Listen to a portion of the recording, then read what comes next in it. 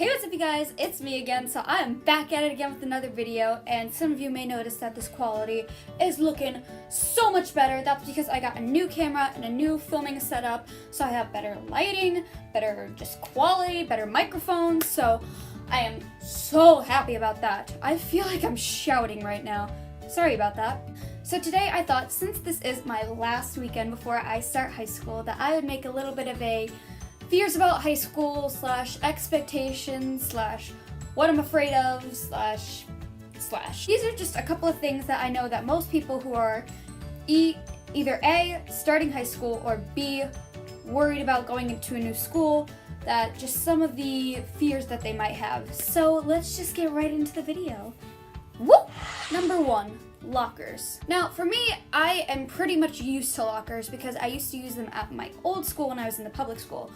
But since I've been in the private school for a year, I've kind of fallen out of the routine of doing the combination and opening it up and changing books out and such, because at the private school, all we had was cubbies. So it's going to be definitely an adjustment because it's going to be like, okay, I've got about 3 minutes to get my stuff. Oh, wait, I need to be in my class in 2 minutes. What about my books? Oh my god! Crap! Thanks, voiceover Emily. You're welcome, Emily. But yeah, typically for me, I am more used to having the easy open lockers, not the combination, so I think it's definitely going to be an adjustment, and I am going to be very worried about like when I can change my books out, when I'm going to have enough time, when I'm going to do this and this and this and this and this and this and this, and so. Number 2. Teachers. Now, no matter what school you go to, there's always going to be 1 or 2 teachers who are going to literally take your will to live and learn out of your body. They're going to suck it up and take it into their soul.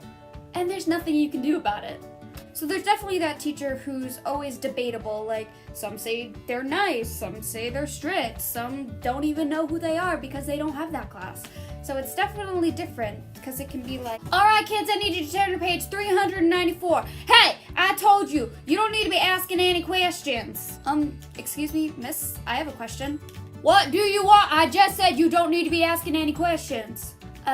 Yeah, our textbook doesn't have 394 pages. Does that look like my issue? I told you to turn to a page. You figure out a way to turn to that page. Okay, but we can't exactly turn to a page that doesn't exist. Are you sassing me? No, ma'am. I wasn't trying to sass you at all. That's it. I'm done listening to you. Go to the office. There's no 394 text page. Detention. What? You can't give me detention because I've heard enough. Go. Stupid class. So, yeah, there's always that. And then there's the teachers who has assigned you like 30 pages of homework per night. Alright class, so let's see. I want you to read to page 306 from page 255. We'll give you 3 sheets of the literary magazine piece. And you know what, let's just throw in a whole vocabulary sheet. I feel like that'd be fun, right guys? No, it wouldn't. So, yeah. And then, of course, there's the teacher who doesn't want anything to do with you or anything to do with the class.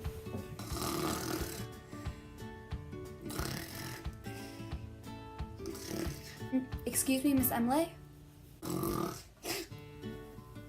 What? What do you want? Didn't I tell you to watch the video? Yeah, the video ended half an hour ago, and it's time for second period. Well, that doesn't look like my issue now, does it? Okay, but what should we do? Because we're a 2-block period, and we need to learn something, right? Listen, kid, I get paid to babysit you, not to teach you. That's exactly what you get paid for. Just do free time on Chromebooks or something. So, yeah. Teachers can be a little bit of a problem. Number 3, cafeteria. Now, in the school that I'm going to, it's a cafeteria where all the grades mix. So sometimes you have the seniors and the freshmen and the sophomores and the juniors and the janitors. I don't think the janitors eat lunch with us. It's very stressful to find a place to eat in the cafeteria, especially when you don't have anybody in the lunchroom with you, because sometimes you might not have friends, or sometimes you might have that really weird group of kids that kicks you out and you have to eat lunch in the bathroom and you can't tell your mom because you don't want her to get upset and make you a peanut butter and jelly sandwich. Where was I going with this? Alright, no friends.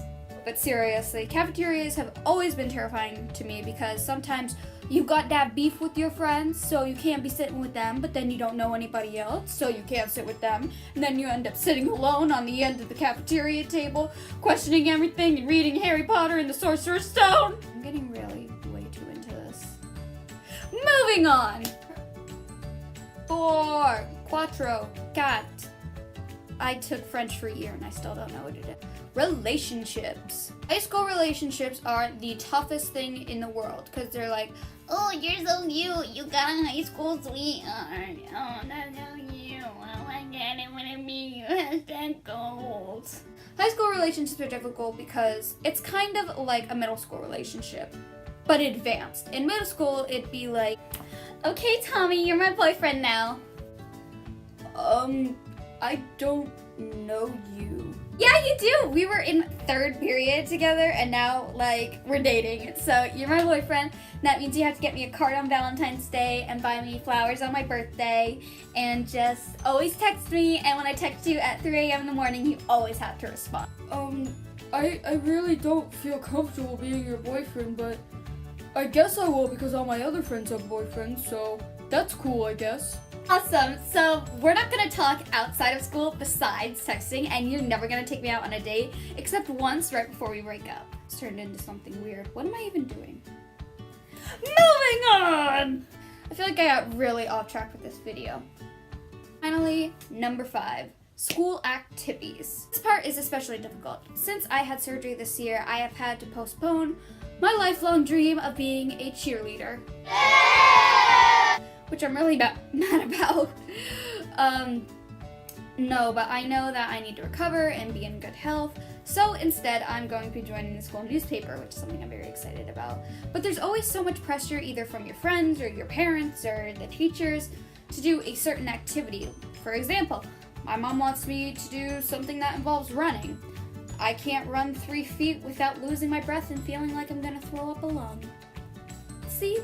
There's an imbalance issue. But then there's also like your friends want you to do this club, but you're more interested in this club, but you don't want to lose your friends, but then you want to do what you like, and da da da da da da da da da da. So, and then especially I feel bad for the boys because I feel like there's more pressure on the guys to do sports than there is girls. Like there's the high school football and the basketball and like, oh, all the cool kids do this and do this and do this, and if you're not a jock, then you're a nerd, and then if you're into something that doesn't have to do with sports, you're immediately an outcast. I feel like that's the way it kind of goes. Or like, say if a guy is into drama and he's into sports, then he immediately gets judged because of something he likes. So I feel like it sucks more for guys than it does for girls. Well, that's it. This was some of my fears about high school. I hope you guys enjoyed this video. Do remember to give it a thumbs up, hit the subscribe button, and I will see you lovelies later.